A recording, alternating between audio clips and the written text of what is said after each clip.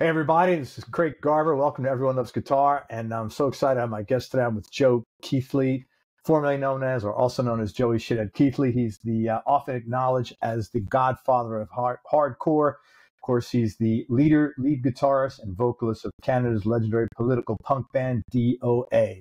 And I want to thank Corey Hawthorne for hooking us up. Corey, thank you very much. We've been trying to get together for a while. It's going to be a really good episode. Joe's got a completely veered left background after as he's still in his music business. Okay, so D.O.A. is often referred to as one of the founders of hardcore punk, along with bands like Black Flag, the Dead Kennedys, Bad Brains, and a few others. Over the last 40 years, D.O.A. has released 16 albums, sold 1 million records, and played over 4,000 shows on 5 different continents. 4,000 shows, man, just grasp that. Joe's also a solo artist, and his latest album is called Stand, which was just released. He's been an activist since he was 16 years old. He stood up for causes like police brutality, sexism, warmongering, racism, the environment, First Nations, unions, and many other causes by organizing and playing at well over 300 benefit concerts. Joe's also authored 2 books. This is a guy who doesn't sit still. And I like that. I Shithead, A Life in Punk, and Talk minus Action equals 0. Ain't that the truth? In 2018, Joe was elected the city councillor in Burnaby, Canada, which is just outside of Vancouver, and he was re-elected in October 22. He's also a member of the Canadian Independent Music Hall of Fame, and he's the owner of Sudden Death Records. Joe, thank you so much. I really appreciate your time. Thanks so much for coming on the show, man. Yeah, that's great. Well, that's a long intro. I didn't realize I'd done all that stuff. You've done a lot, man. 4,000 shows? I couldn't get past that. Yeah, I think we're at 4,500. That's nuts, man. And we're at 19 albums and starting to work on the 20th. That's wonderful, man. It's so cool. Congratulations. Yeah, thank you. All right. So, as a leader of a hardcore punk band, your musical background is really interesting in that you started off playing folk songs on your guitar when you first started. People like Pete Seeger and Woody Guthrie. How did you go from playing folk music to hardcore? Because that's definitely not the conventional path. Yeah, I mean, it's kind of funny because when we were about 18, we finally decided we were playing like folk music, acoustic, that era. You're talking like 1974 or something like that when we got out of high school, 1975. And then we thought we applied to get a job as a rock cover band, right? Playing the Steve Miller, Led Zeppelin, the songs of the day type thing, right? And we got our first job up in a little logging town called Merritt, BC, which I renamed Demerit, BC. Touche, man. That's a good one. And the people were really hostile. They wanted to play. They just want to beat us up. And the owner said, look, I'm going to do you a favor. I'm going to fire you so you don't get killed over the next 3 nights. It's a 4-night stand, right? And, of course, we cursed at the guy type thing and tried to get the money, which we never did. But on the way back, we'd been hearing about punk rock. We'd seen The Clash, the Ramones, the Sex Pistols on TV, like on ABC News or whatever. And we thought, well, we said, hey, this rock and roll stuff is not all cracked up to me. We had done like 2 shows, right? So big time rock and roll veterans, and said, let's start a punk rock band. And our drummer said, well, yeah, sure, that's a good idea. Why don't we call it Joey Shithead and the Marching Morons? That was it. The Marching Morons never took, but somehow has stayed with me. And we started a band called the Skulls. Okay. And that lasted for about 8 months, and then D.O.A. started. Let me ask you a question. When you're in session politically, is there any chance that anybody that's in that room with you is actually a fan of yours, and from back in the day, and they'll be like shithead, or like blurt out something inappropriate like that? No, not in our council, but we have these meetings. It's called the Council of Councils, like in Metro Vancouver. So there's 23 cities, 3 million people type thing, and we go to that. So a bunch of the councillors from other cities are friends and fans from the old days, and that's so cool. They got out of the music business and got into politics, kind of like me in that sense. But the funny thing, the mayor is a musician from Northern Ireland, and So we often do shows together. So that's a really good understanding that we have. We do benefit shows for different causes around our hometown here. That's so cool, man. Very cool. Yeah. So in 1972, you're 16 years old, and you and 300 other students participated in a walkout at school to join a protest organized by Greenpeace. That was your first experience with activism? Yeah. Greenpeace, which started in Vancouver, organized all the kids during different high schools in Vancouver, Burnaby, etc., to go leave their school, march downtown, which is a long ways away, and then march around the American consulate, shouting slogans and stuff like that, trying, because they're testing nuclear weapons in the Amchitka Islands off Alaska, at the end of Alaska type thing. And, we were marching around there. For all we know, the people at the consulate were probably off on lunch break anyways and never even heard us, right? So, but, we were trying, but the funny thing about that is that my old drummer, Dimwit, rest his soul, he took his bass drum to lead the march. And so we marched downtown, walked by other schools, and got other kids to join in from these other schools, and got to be about 600 people.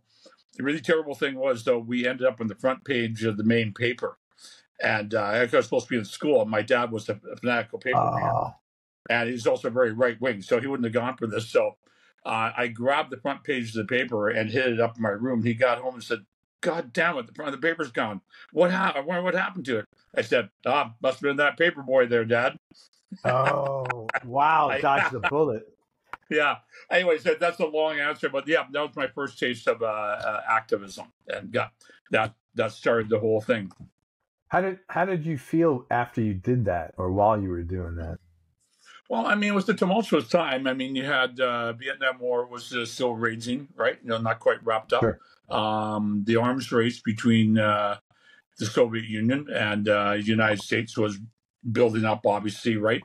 And obviously, in your countries, civil rights protests were like huge as well, obviously, at that time, right? So I kind of thought that, yeah, it's good to get out there and protest and say what you think about the world. And that's sort of kind of been my mantra for the last, 50 years since then, right? Right. So you felt good, like there was a sense of like, hey, I'm contributing something worthwhile. Yeah, but it was a funny thing. It took me about 30 years later, my older sister, Karen, who's about 10 years older than me, during that time, like I said, it was a tumultuous time, she kept bringing home these records that were like Pete Seeger, The Weavers, Pierre, Paul and Mary, Arlo Guthrie type thing. And I didn't realize that I was listening to that in the background. And that's where a lot of that consciousness, political consciousness, came from, right? And I was just like, it took me at least 30 years to realize as my sister was, I purposely or accidentally planted this political seed. That's pretty cool. Yeah. Your dad really would have been pissed if he caught you doing that. Oh yeah. He was like, God rest his soul, right? But like, let's just say, almost as very right wing. It was like Archie Bunker, right? Wow. Basically, right? So, and then he got me a punk rocker. My older brother became a union organizer, and my sister became a painter and a sculptor. So you all rebelled. It didn't work. You got exactly what he didn't want, right? But that's hilarious. So I tell kids what to do. Yeah, absolutely, man. Listen. Yeah, absolutely. So, being one of the early founders of hardcore music, what were some of the typical reactions you'd have to deal with in general, and especially as it related to, let's say, initially being booked, getting gigs? What was that like? I think it wasn't too bad. I mean, obviously, we never got paid anything, right? That was the big thing. You got somewhere to crash, and then lucky if you got $50 and pizza type thing, right? Right. Maybe a few beers thrown in there. People who were, like, most clubs were pretty hostile. One of the funniest ones I remember, we got Marshall Burrow in LA was managing, right? He was managing Rat, but somehow we got to meet him, and he says, "I'll book you some shows. You guys seem like you're on your way up." We had 4 and 45 out there, and he sat in with Rat. Yeah, I think so. Yeah, and he's the nephew of Milton Berle, the comedian, right? Oh, right, right. Yeah, man. Right, That's a right. name I haven't heard in quite a while. Oh Yeah. yeah, it's been a while since he's not around anymore. But so he phones up as the show in Peppermint Lounge in New York, says, "I got DOA here. They're breaking big. You better take them and give them to the next guy." Right? He immediately got like more money than we had made in the last 20 shows, and we're all going, "Wow, this guy's good," right? And then he phoned up a club in Boston. "Hey, I got them in New York. You want these guys?" And so the show in New York was great. We got to Boston, and somehow the guy thought DOA was an Irish folk band or something like that, right? And they got to the door to the sound check, and he looked at us and said, "Hey, there's no show." They closed the door and locked it, right? And we went, "What?" And then we went down the street to another club, and that's where I met guys like Spring Up from SSD Control, and we became fast friends with a lot of people in Boston. Played up there a lot, and they got us another show, like another club. But so we actually and was our introduction to Boston, right? So, but the guy just looked at us like, you guys are supposed to be a folk band, and he just closed the door and locked it.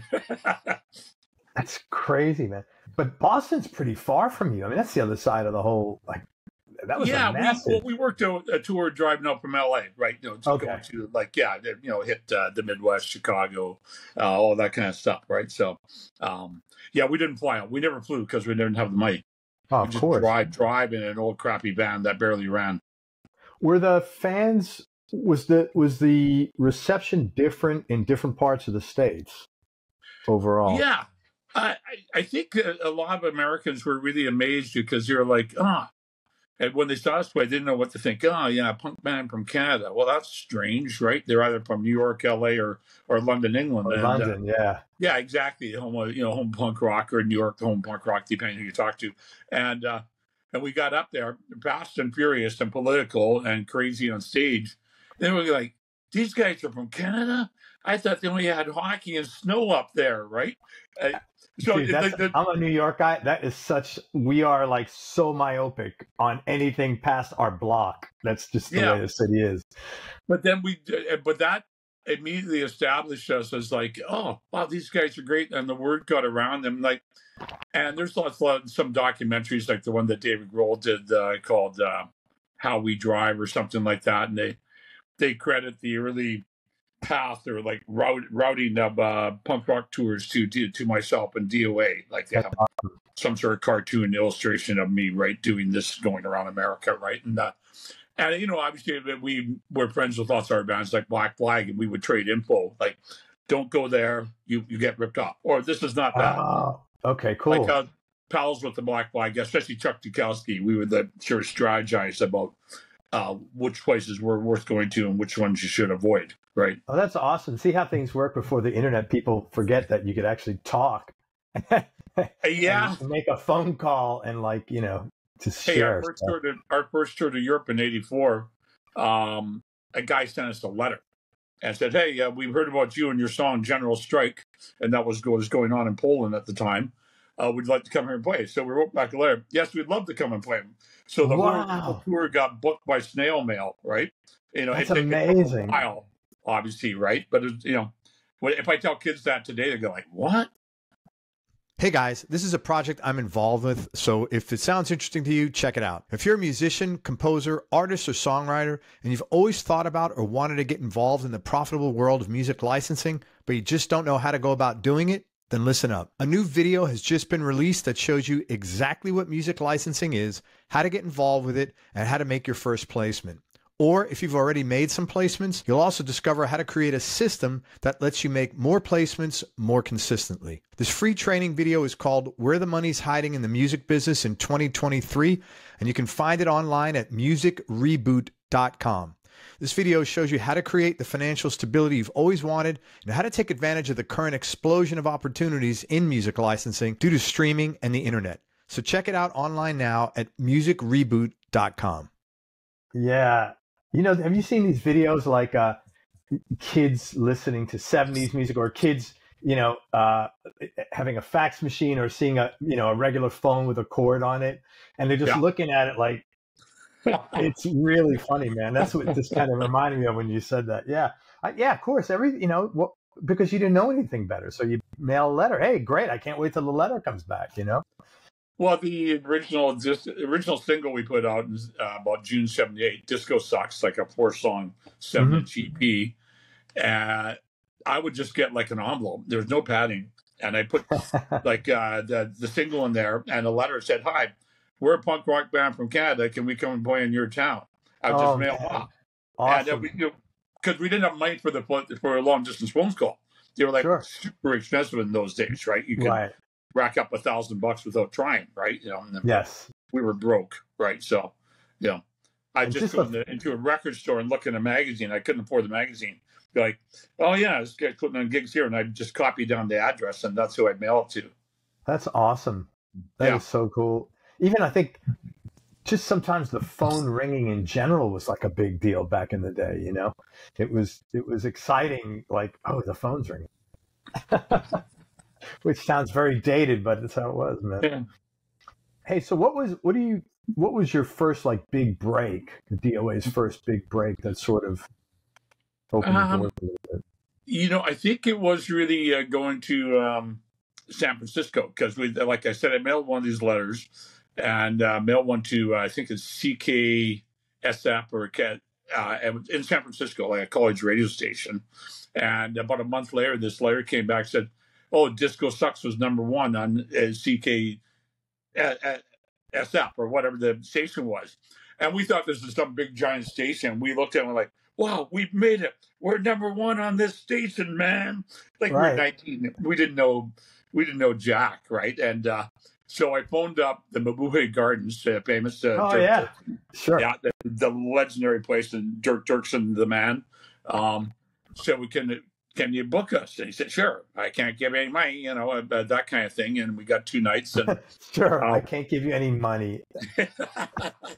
Well, what a great business model. Yeah, basically, I said, "Okay, I'll take my chances." And I took a train. Randy and Chuck took a Greyhound bus, and Brad, our guitar player at the time, hitchhiked down the Interstate 5 with his Les Paul in one hand, no case, with his thumb out. Wow! And got to the show 10 minutes before we started, and we got to meet Dirksen at the Mabuhay, and I befriended the guys from. It'll come back to me in a sec. So some early SF bands, and we. Anyways, but Dirksen said, "Okay, well, where's our equipment?" I said, "Well, I didn't bring any." And Dirk looked at me. He says, "Are all you Canadians this stupid?" And I said, I was so taken aback. I said, "Gee, I don't know." You might be right. So we rounded up some gear and played the show, and made friends, played the Avengers, met Joe Biafra that weekend, and saw them play because they played at the Mabuhay that weekend as well, and that kind of started. That started the whole thing in California for us. That's fantastic. Yeah, I just had do you remember Romeo Void? Do you remember that band? Yeah, a little bit. Yeah. They I just had their guitar player on, Peter, and I'm having a brain fart his last name, but they just released something from the 80s, their live concert from the Mabuhay. Wow. Okay. Yeah. It was a great place because at the end of the show, Dirk would get on the stage and he says, "Okay, the show's over. You're now trespassers. Put your garbage in the receptacles provided and resist the temptation to throw yourself in there because you are human garbage." That's what he said? Holy shit. Oh, yeah. He was a comedian, right? It was great. That's funny, man. 81, D.O.A. releases their second album. You release Hardcore 81, follows it up by a huge North American tour. And at that point, things really seemed to be happening. Was that the product of this breakthrough at the Mabuhay? Well, I think it was that the Mabuhay was 78. We went down there, and 79 we played this huge rush. There's like 5,000 people. Rock Against Racism on the lakeshore in Chicago, like right by close to the Bears Stadium type thing. And we made a lot of connections there because they're really political, and it's Rock Against Racism. So we met all these people from around the Midwest. And then in 1980, we got our first album out, Something Better Changed, and that kind of set everything up. So when we got the idea for Hardcore 81, it got some really good publicity because they thought, okay, let's have a hardcore festival. So we invited Black Flag up, who we're buddies with, right? And most of 7 Seconds, they couldn't quite get the whole lineup. So they, most of them played, right? And that kind of started. That was the first hardcore festival in ever, right? And then we had like a 50 show tour around Canada and the United States that spring when the album came out. And then people went like, wow, okay, this is like, this type of music is different than the Ramones. It's different than the Clash or the Sex Pistols. It's faster, it's heavier in a way type thing, right? Yeah, definitely. Yeah. Definitely. And that, I would imagine people were starving for that at that point in time. I kind of think that, I mean, everybody in those days when we were a young band, we all took our turns singing with a fake British accent. Like, this sounds cool, right? And I was like, some stuff like, wow, why the hell was I doing that, right? Type thing. But whatever, thought this will make us cool. We'll be like, yeah, we'll be like these guys in England and in London, right? And it just sorry, let's say the question again. I got off my tangent. I said people were probably starving for that at that point in time. It was just, well, I mean, said like a friend of mine says he saw me say that term, come up the hardcore term back in '79. I said there's only a few hardcore bands in the world, just like Black Flag, D.O.A, Bad Brains, Dead Kennedys, that kind of thing. And then when we thought, let's put it on an album title, then people said, well, what is hardcore? I said, well, it's like kind of no holds barred. It's less emphasis like on having a mohawk or a Statue of Liberty and 100 studs on your jacket, like, Discharge or something like that. And it's just a really straightforward, hard-hitting punk rock. And, to me, it was like really rooted in Canada and the United States. It caught on in other places too, obviously, right? So, what's funny is when you said everybody tried to sing with a British accent. Meanwhile, when English guys sing, you can't hear their accents. Right? I mean, it's very right. It's only maybe the Mersey beat guys. A couple of them you'd hear it, but like it's real, and maybe some of the Clash, those guys. But for the most part, they're neutralized for some reason when they're singing, which is really always fun. I would say when you listen to the Clash records, you don't hear that much, or some other ones, right? That's true. But somehow there's a bit of a British thing in there that people want to imitate. Yeah, definitely. Yeah. Definitely. And I think it still exists today. And I know it's vice versa on their end. Yeah. It's hard to sound like an American unless you have some practice. Right? Yeah, totally. Very much so. I've heard some really terrible imitations of American accents in my time.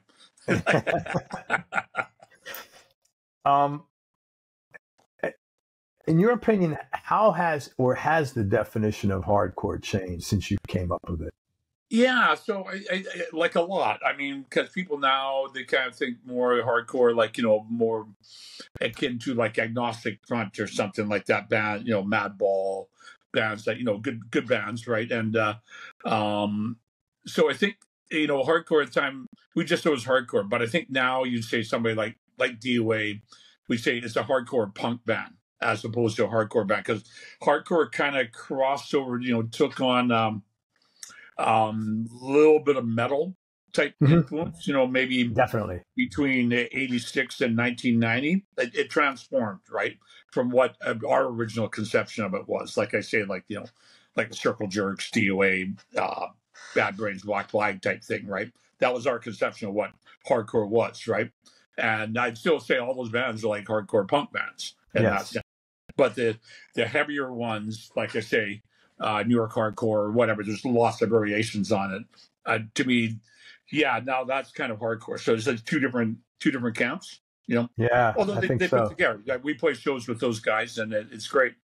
Yeah, they fit together, but it is interesting because the definition has it's gotten a little more like I never in retrospect. I look back now to hardcore bands, and I never feel. Today, I'm looking back, I'm like, well, it wasn't really violent. And now some of the other bands, there is an element of violence, a little bit of it now, some of the metal guys. Yeah. God, I'm not sure if they're defined as a hardcore band, but I think it was this band from the UK we played at this open air in Belgium a few years back. Might be called Broken Bones. And the people were just sailing off the stage. I've never seen like 6 guys with dislocated shoulders, elbows, knees, and like we're standing at the back watching these guys going, holy Christ, I'm not going out in the pit there, right? That's, and then they come home like, how was your day? Oh, fucking great, man.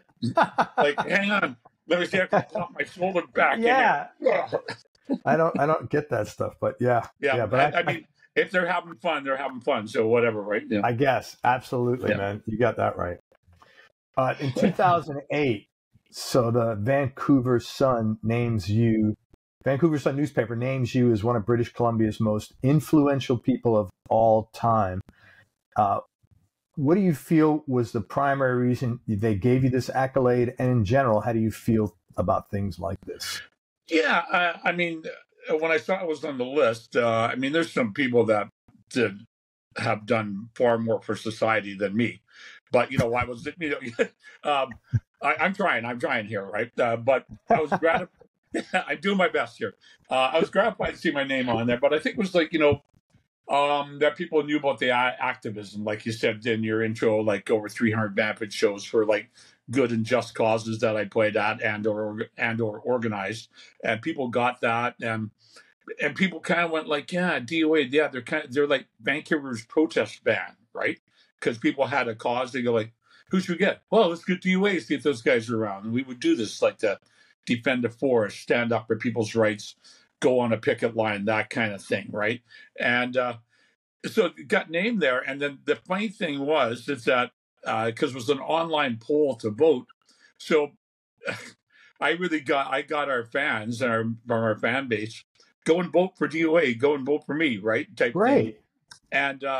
And then I won as the most influential person, but the Vancouver Sun refused to acknowledge it, because it said, oh, this is skewed because of this much online voting, right?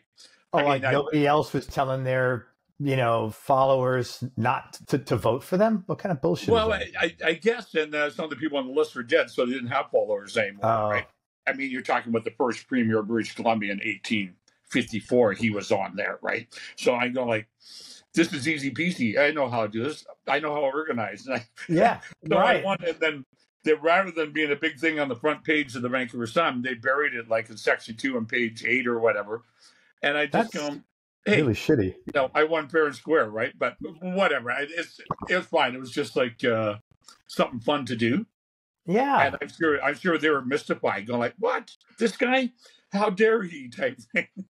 Yeah, but that's good, man. You want to be the guy, that kind of ruffles the feathers, Yeah, and people just go like, yeah, okay, these guys have done a lot, or Joe's been involved in all sorts of things, and it's just like people got that, right?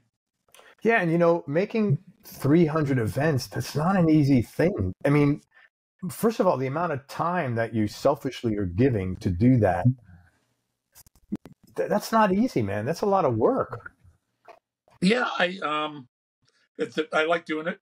We did a great one last year. D.O.A played, and we got about 5 other bands play at a big theater in Vancouver, and we the money raised $6 to $8 grand or something like that. All went to First Nations groups to help them. Like for mostly youth type thing. So I thought that was a great thing to revitalize that, because we I said we did that Rock Against Racism in Chicago in 79. But in order to get that organized, then I organized one of those in Vancouver, like the first one, because they were like big in England, right? And we read about this, like, wow, Rock Against Racism, that's a great idea. And so I started one in Vancouver, one in Chicago, and then I revitalized it last year type thing, right? So probably do one again next year, right? So, yeah. You like I'm going to switch my mics. You obviously like putting those shows together. I think you just get like a really great feeling from people that they're just going, well, this is really cool, right? And of course, we go out and play. We do the same thing we always do with D.O.A, and it's like it's loud, it's fast, it's political, it's funny. I hope, or I think it's funny anyways, right? And we just do a thing that we've been doing forever, right? And that doesn't change that, but it's the cause, I think, is a good thing to do. And I always thought, like, you got like people, if they got talent or notoriety, they should lend some of that. Like say modern athletes, a lot of them have a lot of fame, a lot of things going on. But you know what? It was a guy like Muhammad Ali who actually stood up and did something and put his fame and career on the line. You know, I mean, so to me, guys like that, you're like, wow, this is the most famous guy in the world pretty well in a lot of ways, you know, for a long period of time. And he did this. And I thought that was so great. So, you know, stuff like that is fantastic, I think.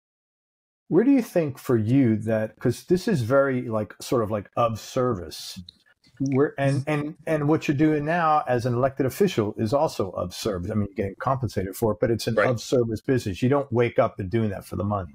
You know, you're waking up and doing that because you feel you can make an impact. Where do you think, where did this come from for you? Yeah, I just think just got like an early political education. Like I said, my brother was involved with a lot of good causes and stuff like that. And I saw that as a teenager. And like I said, it was a really tumultuous time to grow up to be a teenager type thing, you know, during the late 60s, early 70s type thing. And just one of those things, I saw people that inspired me. You know, one of them I actually got to meet and play shows was Pete Seeger. And that was really? Yeah, later on, much later after we stopped playing folk music and we were a punk rock band, and they kicked all these people to put on, it's called Expo 86, and they kicked all these people out of their long-term buildings. Like, you're talking people without barely anything, right? With hardly 2 pennies to scratch together to make way for the tourists. And they contacted Pete Seeger and Arlo Guthrie, who were going to play there, said, well, we can't cancel the show, but we'll do a benefit concert.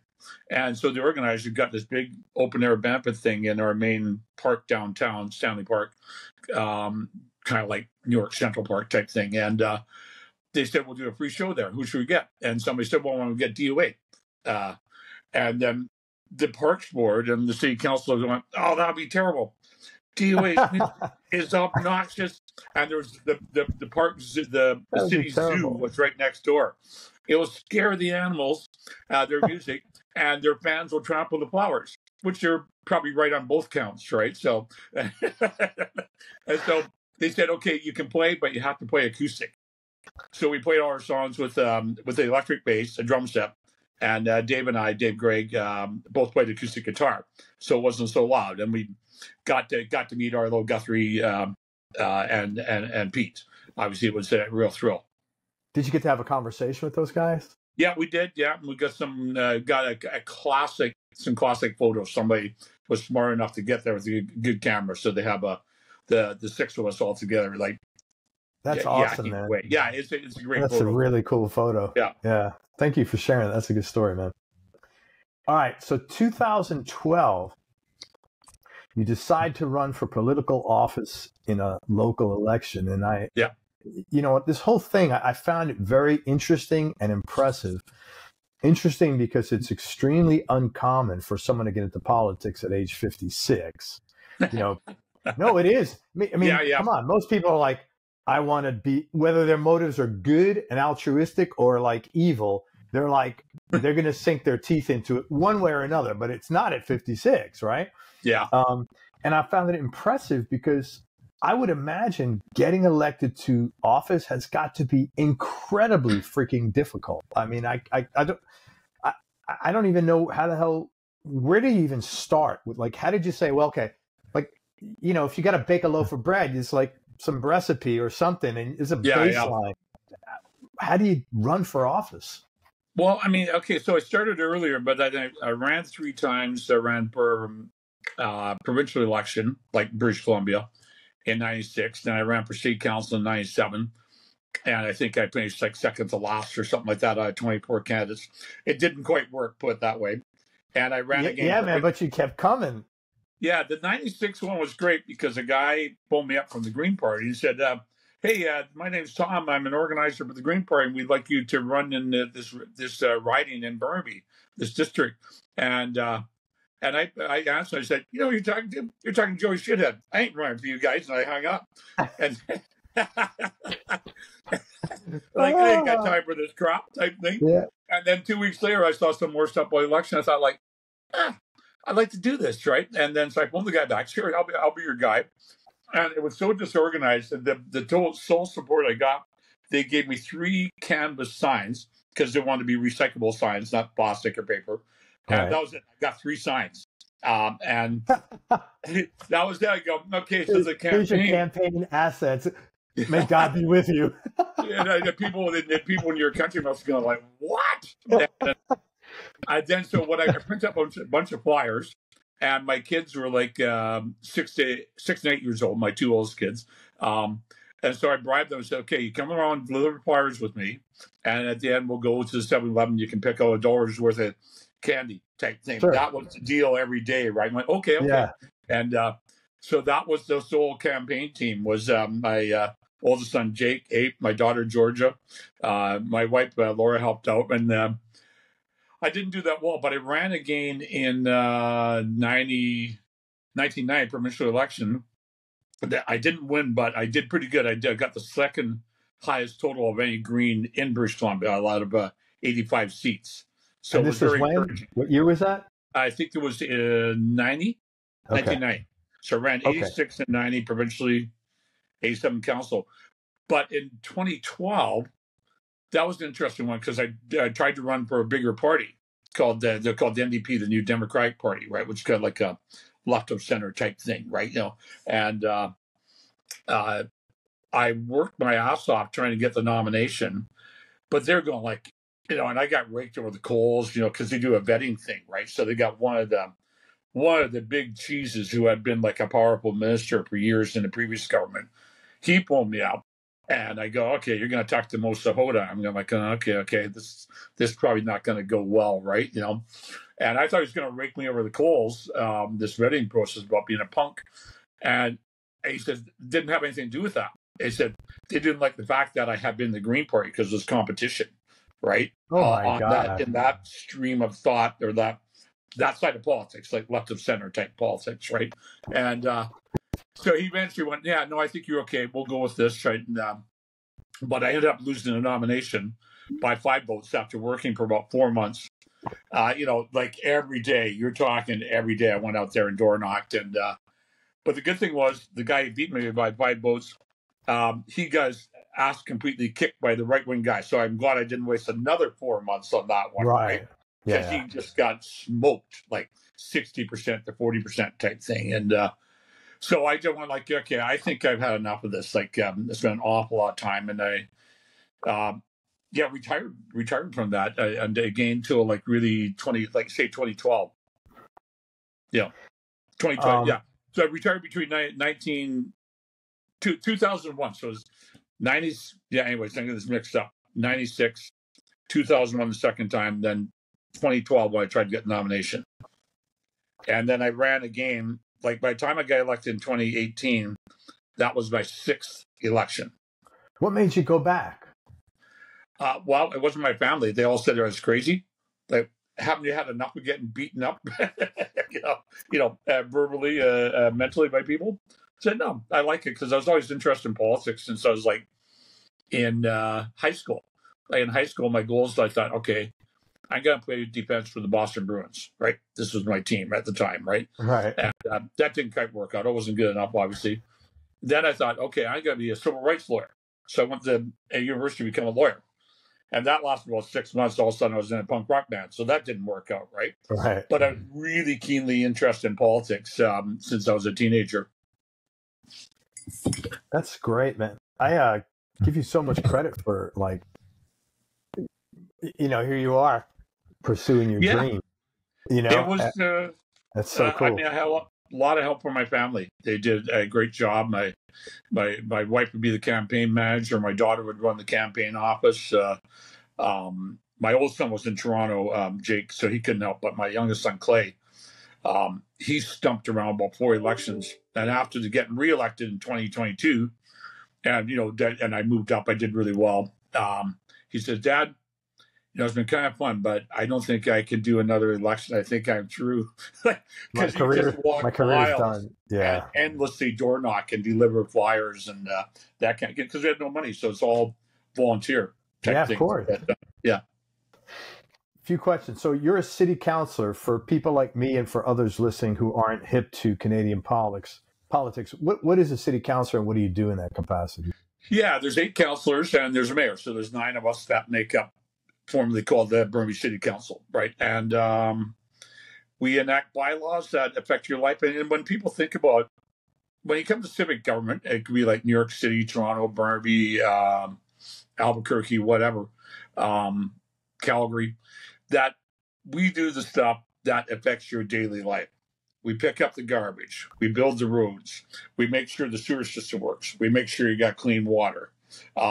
We make sure you got a park that works, that you have somewhere to take your kids or go relax in. So it's really the day-to-day stuff. So like, it's kind of like the big governments, like, for us, provincial, for you, state, and the federal governments, they're the ones that get all the coverage, right? Right. But I mean, it's really, it's the day-to-day stuff that a city government does that really affects your life the most, right? Yeah, and, I didn't realize that. I get calls like, Joe, I get emails, Joe, God damn it, why are they cutting down these trees, right? And I'll answer. Wow.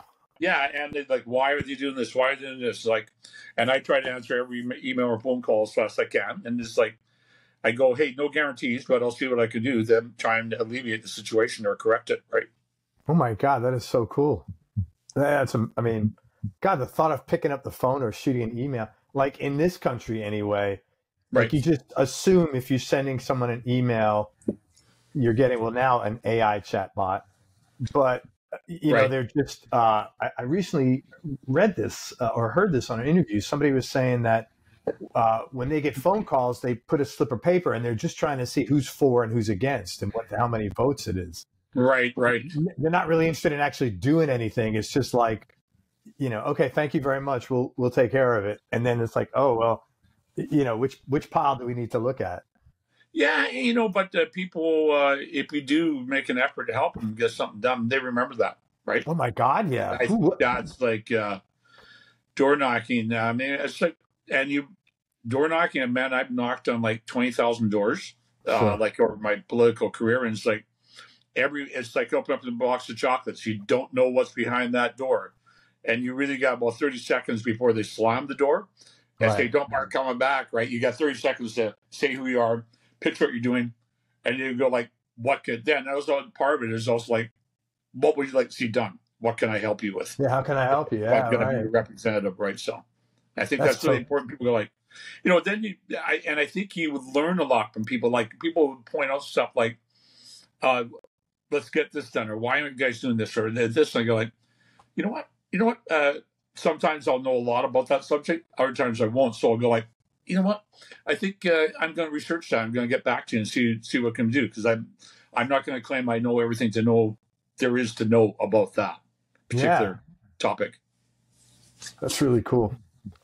I listened to an interview you did, and it just ties to what you said here. In the interview, you said one of the biggest misconceptions is that most people seem to believe change comes from the top. But I guess this is what you're talking about, where it's not really from the top. It's guys like you out in grassroots knocking doors and shaking hands and acting like saying, hey, let me find out why your trees are getting cut down. Yeah. And I think that real change starts from a local level, because to me, it's always like, if you got a good idea, convince your neighbors, convince your family it's a good idea. If it's a good enough idea, all of a sudden you convince the people in your town. If it's really good, all of a sudden you convince the people in your province or your state or whatever. And it spreads out, right? The kind of type thing, because you need a mass of people to make change. As I say, change comes from the top. Yeah, sure it can, because, like the people at the top of the federal government in Washington or Ottawa have a lot of power. The prime minister, the president can do a ton of things, as congressmen and senators can do, right? Have a lot of money and a lot of sway. But really good ideas come from the people. And the smart politician picks up on that and goes like, oh, okay, I can get behind that. And like you say, a lot of times they just do it for their advantage. But once in a while, you'll get somebody who's actually doing it, like, from the heart, right? It's like, okay, man, I should have been doing this 5 years ago. And they'll go like, they get on board and they help, right? What's the most rewarding thing you've been involved with? I think really changing our old mayor, Derek Corrigan, was just an evil man, and he was in government for like 31 years. I like that you called him out right here. You said he's an evil man. No ambiguity how you feel. Not well, he wasn't a very good guy. No, he's an evil man. He's an evil man, right? That's great. He didn't start off that way, but he became more evil the more he's in office, which happens a lot because people forget where they come from. And I think that happens to politicians constantly, right? So, but what was happening, we have a wealthy community, like fairly wealthy, and people were getting kicked out of their homes so they could build new towers. Like, so a little 2-3 story walk up apartment, right? Built in the 50s or 60s, so a lot after the Second World War here. That was the only place people could afford. You pay $800 a month rent instead of $2,000 or $2,500 whatever type thing. And they're getting kicked out to make way for towers, 40-story, where the rents were like $2,000 or $3,000. They couldn't afford to stay there, right? Sure. So Mike Hurley and I said, this is wrong. It was called demo evictions as opposed to reno evictions. Demo, like they demolished the building, put up a new tower, right? So what we did, after we got Corrigan kicked out, and it was funny, the process, because I'd be like at a Costco or something like that, like a big retail store, talking to people outside, handing out flyers. And I get old ladies or older fellows go like, oh, yeah, I think I'll vote for you. But whatever you do, can you get rid of that a-hole Corrigan? Like, really? So that was like a 75-year-old lady going like, I go, ma'am, that's what my goal is, right? Yeah. Because he had no compassion for these people. So when Mike and I got elected, we immediately got, well, after 6 months, not immediately, 6 months a year, new rules. So if somebody does get out of their building and there's a new tower going in, the developer has to give them a replacement unit at the same cost in the new building. And while that building is being built, they have to pay the difference in the rent, the top up. Right. So this person's still paying your $800,000, $900,000 a month, because you're talking like a lot of people. They're new Canadians. They don't have money, or they're pensioners. And it's the one that really gets me about pensioners, the mistreatment. These are the people that built this country.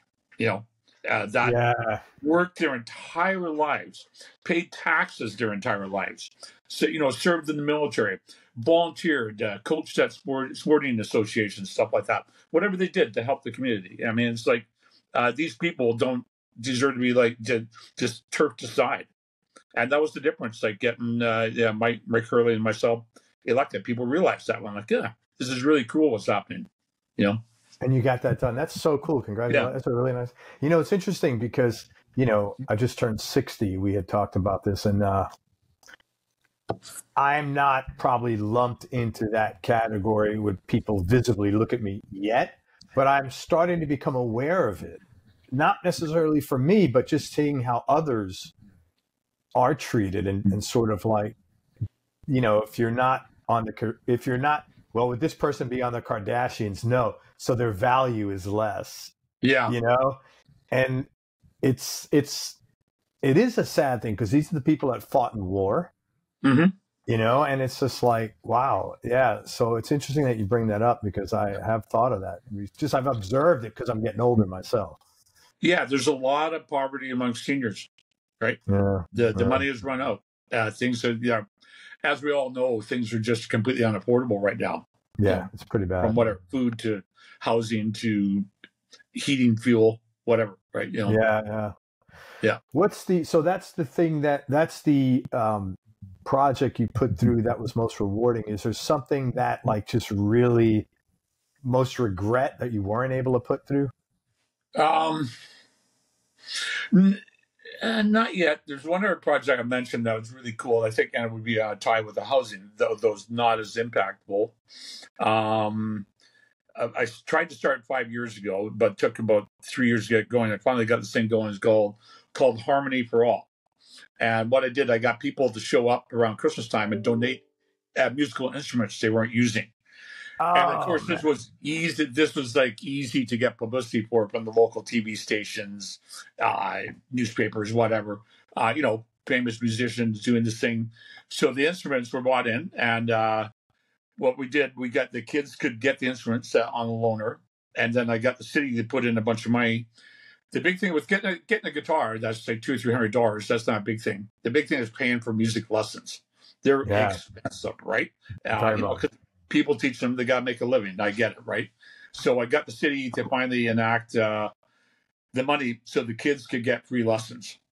Because I said the whole idea behind this was that, I remember being in high school and just being like an outsider, and but when people found out, oh yeah, me and my friends, the five of us, oh, you guys play music? Oh, that's pretty cool, right? And it's an immediate door opener, right? Yeah. Like it didn't matter that we were a terrible, crappy band in high school, right? We named it Lead Balloon because we thought it was going to go over like a lead balloon. But you're right. That's such a unifying, especially to people who are kind of outsiders. Yeah, and it's also like a welcoming thing because like Burnaby, we have like 120 languages spoken here. We're probably the most diverse community in all of Canada. So I think it's an opener for new Canadians. They go like, yeah, and we never said okay, it has to be this kind of music. It could be like Bhangra to electronica to punk rock to folk to country, right? Doesn't matter. Sure. Whatever music you want to play it. We're going to try and help you play that music. But for the regret thing, the only thing I would say, like, it's really difficult. We're not building affordable rental homes fast enough. But I'm going to throw that on the provincial and the federal government, because we've offered up land and money, and their uptake has been really slow. They'll start piling on soon because they're both running for re-election soon. So that's when they usually start going, oh, yeah, sure, we've been there the whole time. Here's we're going to help you out. I'm like, the Prime Minister was out here last night making an announcement. It was like, just going like, you're building a battery plant. I go, okay, it's just a vote buyer is all it is, right? And he goes, we're going to do lots for British Columbia. I go like, you've been Prime Minister for 8 years. You ain't done jack. That's great, man. That's great. Well, that's a really rewarding thing, man. Thank you. Yeah. Switch gears again. Musically, what would you say are the top 3 musical experiences you had? And why were they so memorable? Yeah. I gotta say, okay, this is a really unique one. It was so strange. You're familiar with Noam Chomsky, of course, right? Yeah. Yeah, well-known activist, speaker, brilliant guy. He had an event about 12 years ago on the downtown Vancouver, but on the beach. There's a beach in downtown Vancouver, right? Where the ocean comes right up to downtown. And they said, yeah, we need an opening act. How about D.O.A. open up for Noam Chomsky, right?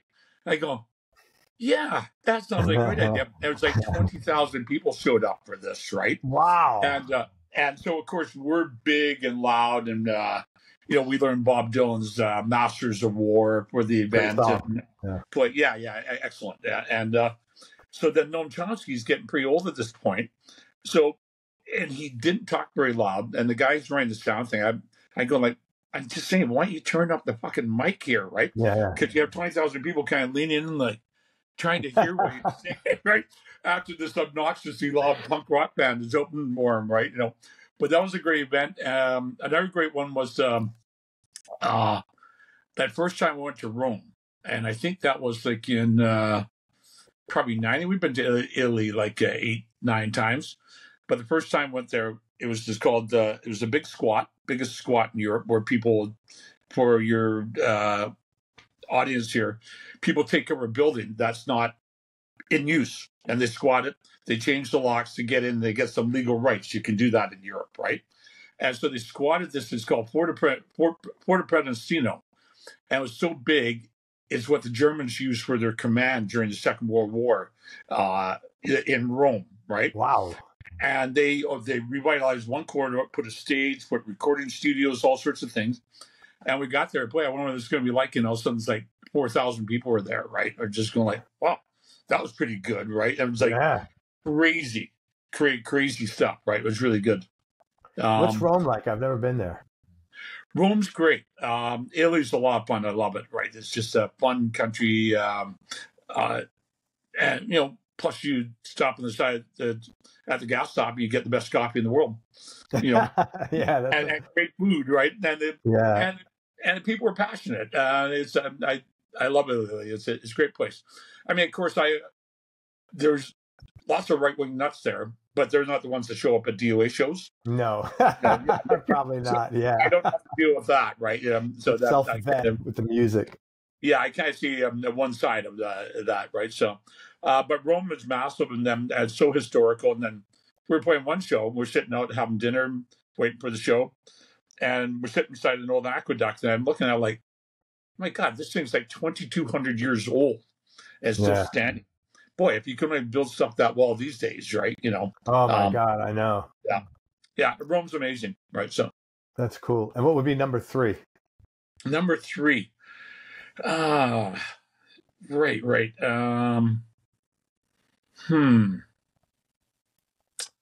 She said that is a toughie. If it comes to me, I'll think. I can't think of number 3. There's a whole bunch that are tied for number 3. It is interesting because my wife's from England, so I've been over there a couple of times, and I remember seeing like the church where she was christened in, and it was like built in 700, and we don't have any sort of frame of reference for that here in this country. Like you said, if something lasts, 60, 70 years, it's like, holy shit, that's great. Yeah. Okay. Well, maybe number 3 would be we did 3 trips to China. Wow. Yeah, it was like in 2014, 2017, 2019 type thing, and Southeast Asia. We also played Taiwan and Kuala Lumpur and Bangkok, and one of the craziest ones was this one in Bangkok. So it's like 8, 9 bands, and they all seemed to have a different set of followers that didn't necessarily get along with each other. Oh, that's wild. Somewhat gang, like, not quite, right? And we're sitting there, we were just waiting to play, and the audience was great. The place was packed, and I'm sitting outside. All of a sudden, I see about 8 cops come up. I go, okay, as a foreigner, I'm not going to sit out here. I'm going to get picked off here. So I went and I grabbed the guys, go backstage. Yeah, just who knows what these guys want. And they came in, and they were there to collect a bribe, right, at the club to keep it open. Wow. Otherwise, the show's set down. But when they can't come in, and I couldn't understand it because we didn't know the language, these punks all started singing this song about the police, singing at them as they were walking through them. And it wasn't very polite towards the police, I don't think, right? As far as I could understand. It was like, that was really, really interesting, that whole trip. Right. What was China like? I mean, did you feel comfortable there? Because I know people. The people were great. They saw a bunch of great bands, and played in Wuhan a couple times. That was great. Played in Beijing about 5 times. Oh, okay. Number 3 was this festival in Beijing, right? So there's like 3 stages. We played the second stage. The main stage was like 10,000 people. Second stage about 5,000, and it was up in the hills north of Beijing, and it was so windy that it blew over a Marshall cab, and I just grabbed our bass player and got him out of the way before the Marshall cab hit him in the leg, like he was back to it, and the whole drum, all the stands and mics, wind blew into our drummer, right? But so people were going nuts and stuff like that. But they were lighting off these like flares, like shooting them over top of the crowd, right? Stuff like, for fun, right? And we're going like, wow. And then they had these huge banners, and we didn't know what they said because it's all in Mandarin, right? They're carrying these banners, but they're shooting the flares and almost hitting the banners, which would cause this like fire. Yeah. With a jam of 5,000 or 10,000 people, depending what stage you're at. We're going like, this is like nuts, right? And then the way we got in, we had to submit 6 songs to the censor. Chinese authorities, to make sure we're suitable to come in and play in China, right? And so we picked out the 6 most milk toasty D.O.A. songs you could think of, which of course we didn't play one of those. so the tour manager goes like, I said, well, what should we do? He says, well, be careful what you say. But as soon as we got up there, we played police brutality and stuff like this. And my guys are looking at me like, Oh my God, Joe's insane. We're going to end up in a Chinese jail, right? Yeah, man, that's not a far-fetched thought, actually. That's the thing. And that would, I'm here to tell the tale, so I was okay. Yeah. Yeah. Is there a component of you that obviously you don't like being told what to do, and I can totally relate to that. No, because there's a thing, because I get that. I don't like being told what to do. I have no interest in telling other people what to do, but for fucking leave me alone. Just let me be. Yeah. You know, I'm not going to bother you. Just fucking leave me be. How are you able to be that way at work? Yeah. Okay. So one thing about being on council, like, when you see people in like higher levels of government, they get up, they stand up, do up one button on their coat and proceed to try and get like a soundbite like that basically calling the other guy across the aisle like a moron or whatever, that, or this person's, you know what I mean? It's just like all show, right? But when there's only 9 of you, you can't do that because it's like pretty personal. And it's just one of those things that you talk to people like, what do you think? Should we do this, or is this going to work? Or you bring forth emotion and you ask them on the side, do I have your support on this, right? Right. And just otherwise you just it's just going to bomb and not go through, right? Type thing. Sure. So there's a lot of politeness, and we never call each other names. I mean, I don't like everything that everybody else does, but that's back to life. It's a democracy, and they got elected the same as I did, right? I just try and take the same tact that I do in punk rock, that you got to stick to your ideals, and that's what you get through. But people always go like, well, what's the difference? Well, difference is I don't have a leather jacket and a guitar. I have a suit and a tie. Right. But I'm still the same person. And as far as like, sometimes you got to take your lumps. Like you're talking about not being told what to do. Yeah, I don't like that either. Because my father always told me what to do. That's why I hate being told what to do. It was like a fucking thumb on my head for the whole. Yeah. So I'm allergic to that, actually. Yeah, no, I hate it. Right. So, but you just gotta figure out what's going to work, and at the same time too, you don't want to make it miserable by knowing you have somebody across the aisle that's looking at like, oh, I hate this guy, right? So I get along with everybody in council. Yeah. And like I said, we don't agree on everything, but that's kind of besides the point. We still have lots of laughs, right? On the side. You have to work together. Yeah. Then we go to it, and you try, you make the best of it, have fun if you can, right? Yeah. That's great. What was Burnaby like as a kid when you were growing up, and in general, what was your childhood like? Yeah, it was a lot smaller. It's like 250,000 people now, and so it's probably like, I want to say like 80,000 people when I was a kid. It's like growing. We're right next to Vancouver, like the city right next door. So the growth we're getting type thing. They figured that in 20 years we're going from 250 to 350 is what the provincial government is like figuring, right? Wow. So this is why the housing thing is the big thing we're trying to sort out, right? I grew up, my dad, after he got out of the Canadian Army in the Second World War, they all got 2 acres on a place called Burnaby Mountain, and it had a house, and it was an old farm. It was at 2% interest, and the thing cost $3,000 for 2 acres. Yeah. How cool is it that the government? They got like a veterans thing. They said so.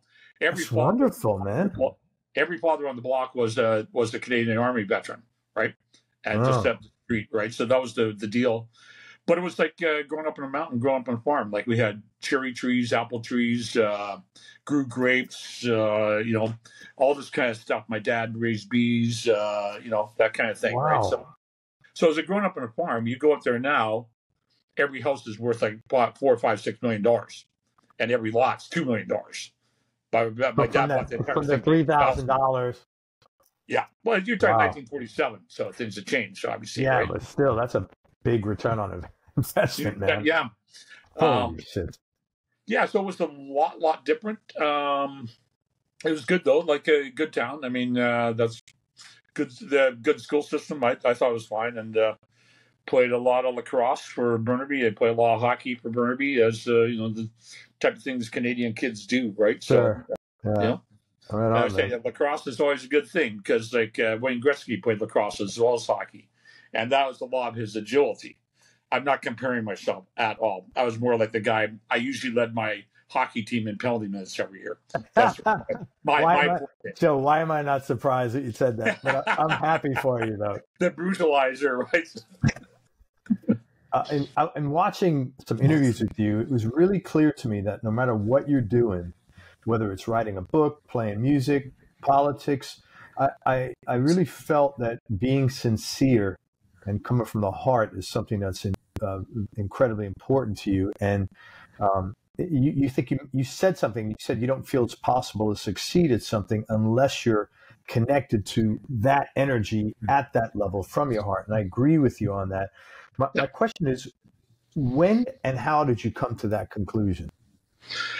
I think it's one of the things, like a lot of things I do at a show. I just hang around. I don't sit backstage, and I just like people want to talk to you, right? And then you get a lot of stories and you have a lot of laughs, and I think it's also the part about being sincere is that sometimes I'll see my old friends, I'll see bands, and they'll be really great. I go, wow, I'm glad they're playing again. And sometimes I'll see bands go like, wow, they're really just mailing this in. Like, it's a paycheck, right? Yeah. And I get it. Everybody's got to pay their rent, got to pay their mortgage, or, whatever. Like, if you had a skill, you want to get paid for it, right? That's obvious, right? But I think that if you find a way to connect with people and let them know that you care about them and their town. We used to do this thing. We go like, okay, hey, we got a free record for you, right? But you got to tell us who the most famous person from your town is, right? And I guess I hope I got this right. We were in Louisville, Kentucky, and nobody knew. And we got the record. We go, well, it's Muhammad Ali, right? And I hope I got that right. And so then we, nobody got it right. We wouldn't give them the record. Go like, we give them another question, right? And then give them a record, right? But it was just like, so to me, every time I would go drive into a town, I'd ask people, so what's happening around here? So what's going on? What's your city doing? Or and then plus I'm a news addict too, so I'd know if there had been something horrible going on or something cool. And then people feel like it, and I'm not doing this because I want to impress people with. I'm doing it because I want to know why they're there, why they're at the show, what's their life like. So you get a different experience from every town, right? They're all different. Yeah, I agree with you. That's great, man. I mean, that's no doubt why you've done well in everything that you've done, because you're doing it passionately. And people, look, man, people could tell if you're full of shit or not, if you have an agenda or not. It doesn't make, you don't need to be a genius to figure that shit out. No, people that they pick up on it pretty quick. Yeah. Low points. What were some of the low points or dark periods you've had to deal with in life, Joe, and how'd you get through them? I'm pretty lucky, not too much. I mean, it's like, people pass on, like your relatives and all that kind of thing. That, it's not great, but that's part of life, right? People get older. Then we don't last forever as a species, right? So, I couldn't say that I consider myself to be a pretty lucky guy, and not too much bad has happened to me. And when something happens, like that's not great, I kind of go like, you know what? I've got it so much better off than 70, 80% of people in this world. So I'm not going to complain about that. It's not, I'm doing okay. Yeah, me and my family are doing well. Yeah. We're doing great. It's me and my wife and my kids, and I got 3 grandkids now, who are all like great. I hope they all play. All 3 boys all play in the same line in the NHL playing hockey. Fingers crossed. Yeah, that'd be great. Yeah, fingers crossed. I'm good, right? Absolutely, man. As long as it's for the Vancouver Canucks and not the Toronto Maple Leafs. Along those lines, which of your personality traits do you feel have contributed to your success? I think, the real thing I got from my dad was the work ethic. Yeah, and I just he just told me like, can I get this job done later? You know, because I do help him with house maintenance, cut the grass, help build rock walls, you know, like, and he's just like me, Joe, there's no time like the present. I don't know if he got that from the army or what, right? But I just went like, yeah, okay, then I'm going to get this done now rather than procrastinate on something. So I think it's good to just work hard and get it done and try and make your breaks from that. And I kind of really learned that in music, that if you stay at it, that's what I always say that people would like say younger bands, younger musicians, like, oh, how should I get my career going? I go, you know what? You got to develop a style, get really good at it, go around and play, because you know you're not gonna the odds on you ending up on The Voice or America's Got Talent or something like that are pretty low, right? Yeah. You know, so you just go around and make a reputation and don't change your style. Or the other thing I say, don't follow the trends, because by the time you figure it out, the record companies have already exploited that and they've got their pick of who's there. This person is going to be the best at doing hip hop. This person is the best at pop electronica, whatever, right? You know, and so I think just stick to your roots. Like the guys that I really like, they're don't play anymore, but friends of mine, are a band called No Means No, and they're really oddball kind of jazz punk, right? Sort of. And we took them on a couple big tours in '86 and '87 around North America, and they weren't typical punk. And people were going like, "Wow, why'd you bring these guys?" And then they watch them play like, "Wow, these guys are really good." And eventually they carved out a pretty good following of their own, right? Yeah, I think you've mentioned them in one of your interviews. Yeah, because I looked into them. I'm almost positive you mentioned them. Yeah, and they didn't change the approach at all. They just stuck exactly with what they believed in, right? You know. That's great. Now, I'm with you on work ethic. I think, in fact, I am like allergic. I mean, it's a very hard thing for me to be friendly with someone who's lazy. I just like it's incomprehensible how you can be lazy. I don't get it, you know? Yeah, it's good to take a break, but you know, that's what you do in life. You work, you get stuff done. Yeah. What did you say? Talk minus action equals zero. Equals zero. Yeah. So like, hello. Yeah. Talk about music for a minute. Gear. Sure. What is your go-to guitar that you're playing now, and has that changed over time? And like, maybe what are your top 3 guitars that you play? Yeah, my favorite is kind of funny. It's the 1972 Gibson SG Standard. Okay. That I bought for $400 when I was like 18, right? And which was expensive back in that day, man. That was it was a fortune. Like plus the tax, like $425. It's gotten stolen 3 times. One time in Spain. About 6 months later, I got back with a note and smash. The guy apologized. Some years later, eventually I met the guy. The promoter bought out the guy, Joey. This is the guy who stole your guitar. It was up in Euskadi, like in the north of Spain, and the Basque Country. And I had 2 choices. Okay, I could just be conciliatory and talk to the guy and thanks, get the guitar back, or I could jump across the table and lump him. I decided to be conciliatory, right? Like, easy. You took one of my best friends away from me, right? That guy has been with me my entire career, wrote every song on this guitar. And, but it was all fine. I got back. But that guitar, I thought I would retire it. And I was, downstairs in the basement, I got this guitar stored. And I said to Clayton, my youngest son, he's like 27, he says, Clay, can you grab that SG for me, right? It's just like, Dad, I thought you were retiring that. Like, it's gotten too old. It's more glue and wood chips than wood anymore, right? It's been broken so many times. And we both went, no, it's like the mafia. Once you're in for life. Yeah, that's right. If I say we got to go do a show, we're going to do a show type thing, right? Right. And so that's my go-to. I love that thing. I've got a couple of new ones. The guy's making guitars for me. It's like Joe Keithley guitars that and very much like an SG, because obviously it's got the shape and the width of the neck and all that kind of thing. That's my Odyssey guitars. So I've been using that a lot lately. Another one I really like is go to. I've got a 86 black Les Paul. Oh, and that's weigh a ton, right? Yeah. Well, the guy who builds guitars for me now, I had one in the 80s. And I said, I got to find one of these. Can you find one? And this is like 3 years ago. And he says, yeah. I said, I used to have one. He says, yeah, you traded it to me for a high watt amp. I go, why the hell did I do that? He says, I don't know. And I said, well, where's that guitar? He says, I don't know. I guess I sold it, right? This guy buys and sells stuff, right? But this thing's great. An old friend of mine played in a band for years. He wanted to buy his wife a special anniversary gift, so he sold it to me for a couple grand. Another one I've got was really unbelievable in the studio. It's like a 56 Les Paul Jr. Oh, wow. Yeah, so it's kind of like, wow. Yeah. That's like, you just plug it in, it goes like, it just plays, right? You know. Wow, that's like a relic, man. Yeah, it's a bit beat up. And, I painted it with stripes and this stuff, the weird paint, because I was really like, I thought Eddie Van Halen was so cool at the time. So I thought, I'm going to paint a guitar. Like it doesn't look like that, but there's a bit of that line type thing in different colors than Eddie's famous guitar, right?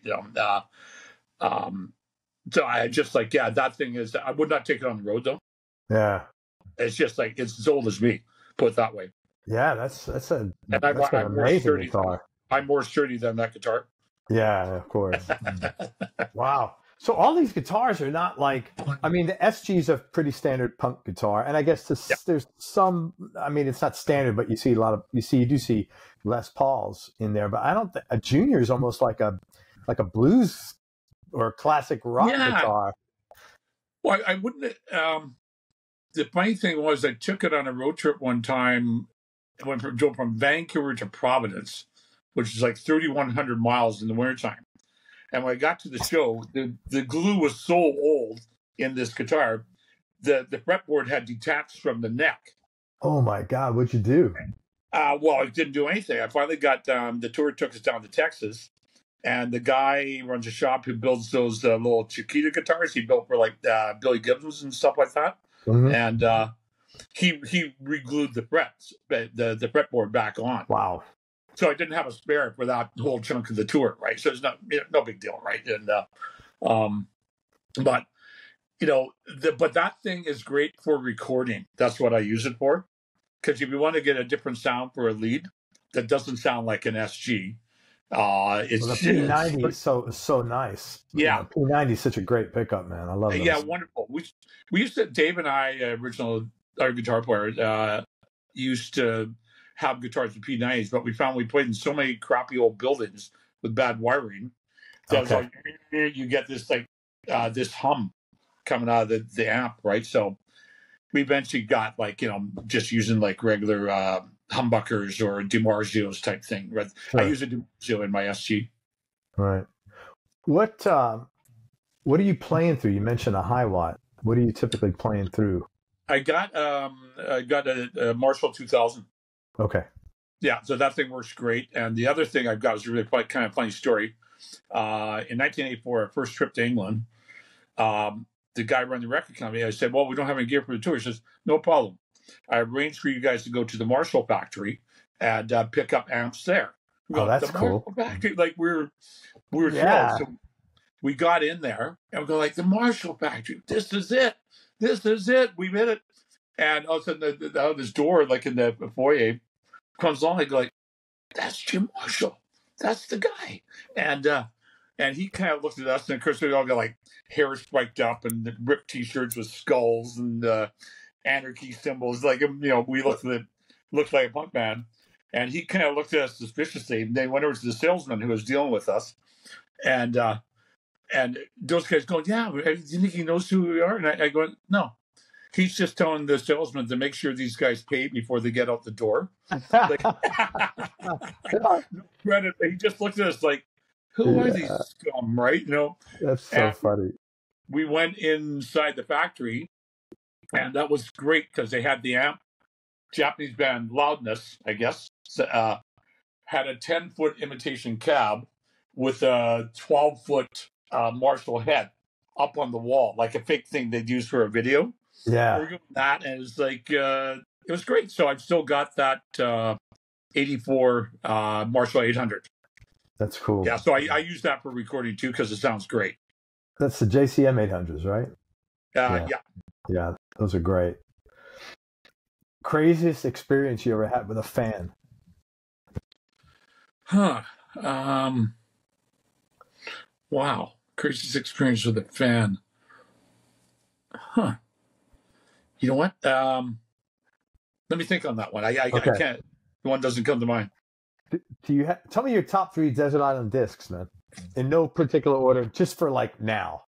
Yeah. But that changes a lot. Best of Creedence Clearwater. That'd be probably my top 3 bands. I want to say best of Johnny Cash, and any of the early Black Sabbath albums. Dude, those albums are so amazing. Unbelievable. That's the first real heavy rock band we heard when we were 16. We'd be like, and we were like, how do they play like that? Right? It was just like amazing.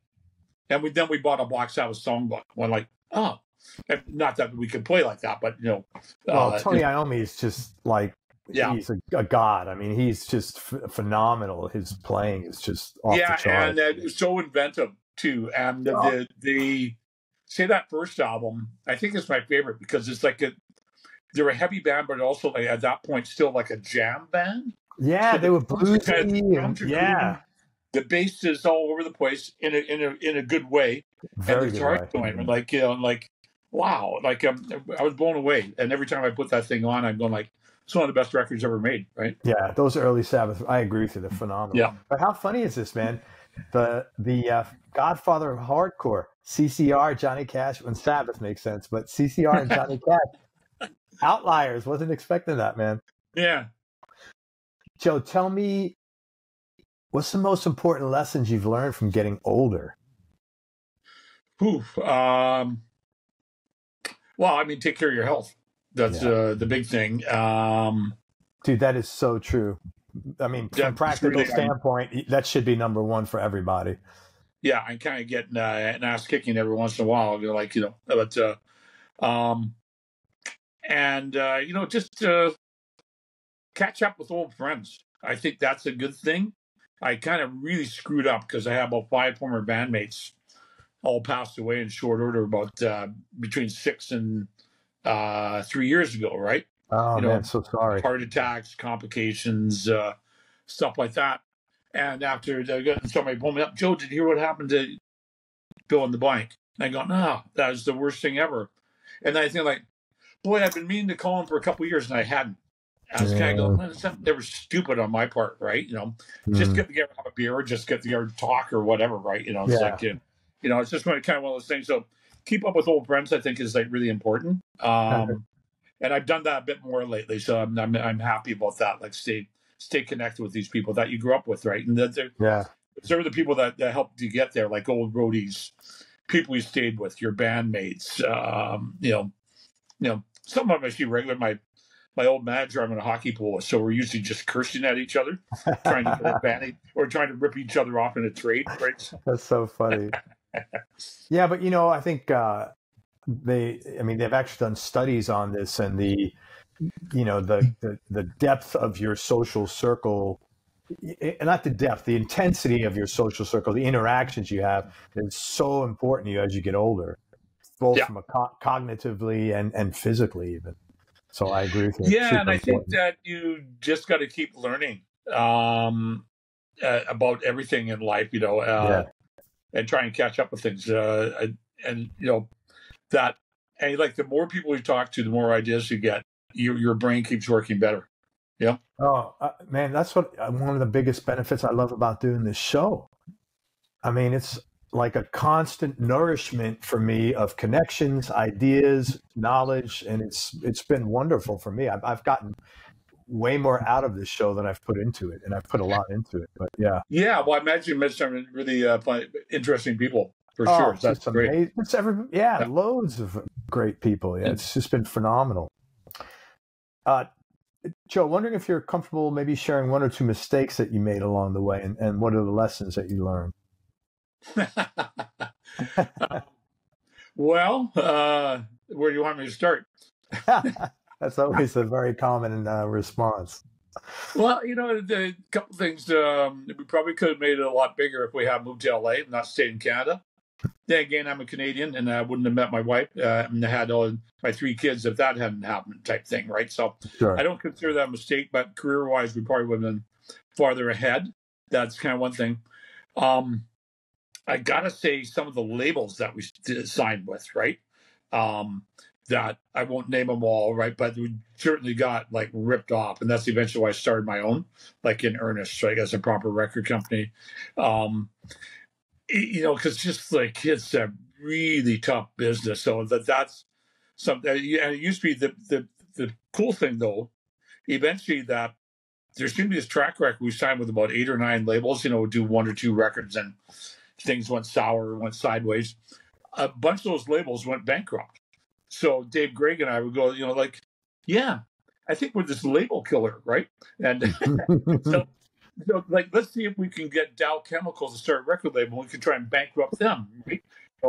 Get some real evil corporations. You're like, yeah, let's see if D.O.A. will be your band. We'll play the theme song, right? You're the cooler. You guys are the coolers, man. Yeah, that's so funny. As far as you mean labels like just ripping you off all your publishing and shit like that? Yeah, not paying for them, trying to claim ownership, not paying royalties, not picking up options. We had one company, I won't name them because I don't want to get in a big bunch of trouble. They wouldn't pick up the option on the second album, and the first album that sold fine. It wasn't knockout or anything like that. And then they just have paralyzed for 2 years. Wow. Because the guy, it was just like, and I phoned the guy and go, "What's happening?" As the president looked at this, it's on his desk. It's on his desk. Like, right. It's not on his desk. He crumpled up, threw it in the fucking garbage can, right? So, wow. So, stuff like that. Or we got in a horrible lawsuit with one guy, one label, and it was just like, it was like bankrupting, right? So it was a mistake to sign with that label in the first place. So I'd say the label thing has been the worst. Yeah. Where some stuff's been really good, like my buddy Jello Biafra, he's been totally square with us. And he rescued us a few times and got records out for us. So, like, that's been really cool. Good. And another buddy, Fat Mike from NoFX, I tried to get on his label. He said, "Joe, you'd be better off starting your own label." So that's what I did. That's so cool. So that's what you did. Yeah, you do better. You control this, right? And so I kind of went, yeah. And I thought about it, and then went, and I did that. So that was good, really good advice from him. Do you put other bands out on there, or is it really just a vehicle for D.O.A.? Well, when I first started the label in 98, I mean, I did singles for D.O.A. between 78 and 82, but it wasn't really a label. It's just like put the singles up and drove them around to record stores. But in 98, as soon as I got a label, then all of a sudden all my friends in Vancouver were like, "Wow, Joe's got a label. Maybe he'll put on our record." I go like, and a couple of them worked out pretty good. And let's say a few of them didn't work out so well, right? Yeah. We did pretty well off a few of them. So I think at this point, in the way of singles, DVDs, one-offs, LPs, we're at 136 releases. That's quite a bit. That's pretty prolific, there, man. Yeah, so I'd say probably 50 of them are various D.O.A. things. So the other ones would be other bands, right? But so that's a lot of people you're working with. Yeah. So it's pretty organized. I mean, we're short-staffed. I'm the president. I'm the secretary. I'm the warehouse guy. I see where you're going with this. Yeah. Oh, Joe's out in the warehouse. Hang on. Joe here. That's a labor of love. That's probably why you're doing it, though. It's been good, though. Like, I like it. And like, I started up just to do D.O.A. records. It was just some other stuff, and that was good. And then it looked like that this is where it's going back to just do D.O.A. stuff. But you know what? There's a good demand, and we're doing really well. That the label's going great, the band's going great. Does Sudden Death have a website? Is it just suddendeath.com? Awesome. Everybody check it out, suddendeath.com. Yeah.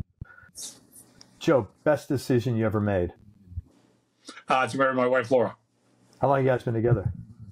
37 years. Dude, that's awesome, man. That's really cool. Really I'm happy to hear that. Yeah, that's awesome. Yeah, and then, to have kids, that's would rate up there to have the 3 kids, right? That's great, man. Congratulations to you guys. Yeah, thank you. That doesn't happen 37 years is a long time, man. That doesn't happen often. Yeah, we're doing good. They're doing good. yeah, it's like it just worked out, right? So, Yeah, sometimes that happens. What do you like most about yourself? huh? Is there anything to like about myself? I don't know. I like, man, I really love playing guitar. That's really fun. That was such a good decision to stop being a drummer, become a guitar player. That just opened up the whole thing. And I think trying to learn to listen better. You know, I don't know that that's not really like about myself. I don't. I don't know if I like about myself, but I'm really attuned to hockey, so I usually do really good at hockey pools. So I said if I could, a friend of mine, Jack Rabbit out in New York, runs the big Takeover magazine, says, Joe, you're playing hockey. He said, no, I'm working on becoming the general manager of the Vancouver Canucks. Because I was running the team, we'd have 2 or 3 Stanley Cups right now. He says, okay, well, that's good. While you're at it, can you take over the New York Yankees? Yeah, right, man. Yeah, because I'm a fan. That's my team. And he says, what a miserable season this year is, just terrible, right? Pretty bad. Yeah. And Jack is like the biggest Yankee fan. He could recite stats from the 30s and 40s. It's like, I remember back in 42, this guy who had a pitching a no-hitter, right? Yeah, there are a lot of guys like that stuff, right? You know. Anyways, toughest decision you ever had to make, or most difficult thing you had to do? I gotta say some of the difficult ones were firing people from D.O.A. Oh yeah, that had been really good bandmates, but had kind of fallen into that netherworld of doing too much drugs, right? Right, which is like a real. That's not the way to go through life. It's really a mistake, right? You know, and no matter how much you think it's fun or it's cool or something like that, it's not cool, right? You know, so firing a few of those guys was pretty tough. Other than that, not too much, right? I'm pretty straightforward with people. So some, you know, I think some people say I'm hard to get along with. I mean, we're on to 29 different members of D.O.A, so I would disagree with them. All they have to do is just agree with me, and we don't have a problem, right? You don't have a problem. There you go. Should have told them that up front. Flip side, most fun thing you've ever done? Oh, most fun thing. Wow. I don't know.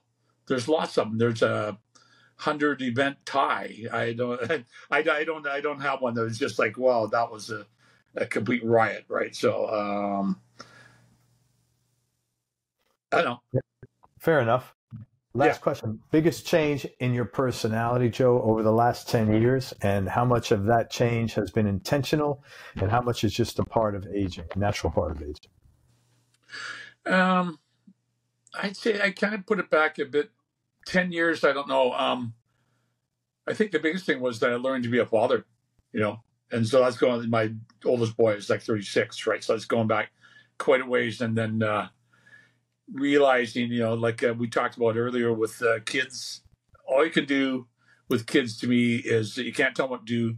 You just have to show them what the difference is between right and wrong. Yeah. And I think that's the key thing. And I've done that with all my kids. I got 3 great kids. But in the last 10 years, there's a good point.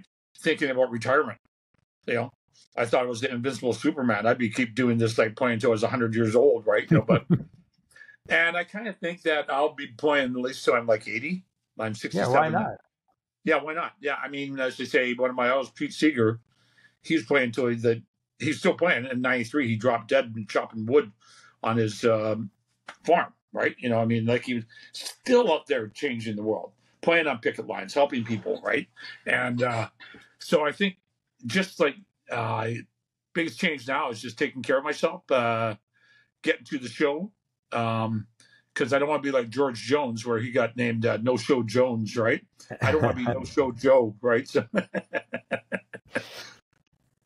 I hear you. Hey, listen, I want to thank you very much. What can we promote? Where could people buy all your stuff? Your books, Is everything on suddendeath.com or yeah, go suddendeath.com. The really cool thing we just put out was the 40th anniversary reissue of War on 45, which is like a third album. And with that, we added 7 demo tracks that Chuck played on. So Chuck Biscuits is drumming on one side, as older Barry Dimwit's drumming on the other side. Oh, right? That's so cool. Yeah, and I did a whole booklet with that, and reissued Hardcore 81 40th a couple years ago, and that also has like a 12-page booklet that explains the whole thing. So those are 2 of the cooler things that are on there, and there's like tons of stuff on there. You'll see, right? On suddendeath.com. Yeah, and okay, you'll see my smiling face right at the top. I certainly hope so. Hey, where are you guys? Any shows coming up? In 2024? Yeah, we will. Right, the biggest thing we got coming up is we're working on a documentary, Something Better Change. Right, okay. So with Scott Crawford, who did Salad Days about the Washington D.C. punk scene. Yeah. And another one called Boy Howdy about Cream Magazine, Lester Bangs, the hilarious cryptic Lester Bangs. Right. And right. And then my really old friend of mine, Paul Rockman, is producing. He did American Hardcore. So the 3 of us have conspired on this film for about the last 4 years. We've submitted it to a bunch of film festivals coming up. I just saw the latest cut last night. So once that's out, then there will be like piles of shows. So like in Europe, Canada, and the United States. Theoretically, we should be down. Next U.S. shows will be down Texas in March because it goes on for South by Southwest. What's the name of the documentary? It's called Something Better Change, like D.O.A's first album. Yeah, that's awesome. Yeah, it's half about D.O.A. and it's half about me getting into politics. Well, man, I'll tell you what. If you want, you're more than welcome to come back on here when it comes out. I'd be happy to talk to you about it, man. That would be great. Yeah, I'd love that. Yeah, I'd be really happy to do that. Really appreciate your time. Man, I want to thank you. I knew, Corey said to me, you're going to be a great guest, and he delivered, man. I knew this would be good because I started reading about you, and I knew that you're a bright guy, and I knew you've done a bunch of stuff. So I really appreciate you taking the time to come on the show and be so cool. Well, no, thanks to Corey, because I'm not much of a podcast guy, so I know your show is like really popular. But it was just Corey that tipped me off. He says, "This is a great show. I listen to. You heard this?" I'm going, I never listen to podcasts. Like I'm an old analog guy in the digital age, right? No worries, man. Well, I don't listen to them either, so that's okay. We're both on the same page. Anything else I could turn people on to while I got you? Yeah, like you mentioned, got a solo record out called Stand, and that's like mostly acoustic. Yes. Some funny stuff, a lot of political stuff. A lot of political stuff on there because I did listen to it. Yes. Yep, and there's covers of Leadbelly, Johnny Cash, and Stompin' Tom Connors, one of the great Canadians of all time, which a lot of Americans haven't heard of, but he was called Stompin' Tom because they put down a piece of wood underneath his right heel, and we got really worked up. It's usually after about 10 beer. He starts stomping his cowboy boots, and you can see the wood chips flying up. That's crazy, man. Yeah, Stompin' Tom Connors. A folk guy. Country folk, yeah. Americana. I hate that word, but Americana. That's the new... kind of in that area, right? Yeah. Very cool, man. We'll check it out. Hey, hold on one second, and we'll wrap up. And I would just want to thank you again. Let me just sign off and say goodbye to everybody. But thanks so much for your time, and I wish you the best of luck in everything what you got going on politically and with D.O.A. And thanks for taking the time and being so cool to talk to. Yeah. No, my pleasure. Thanks for having me on. It's great. You're welcome. My pleasure. Hang on a second, Joe. Everybody, thank you so much for listening. If you enjoyed this, please share it on your socials. We appreciate your support. Thanks very much to Joe Keithley for being so cool and open and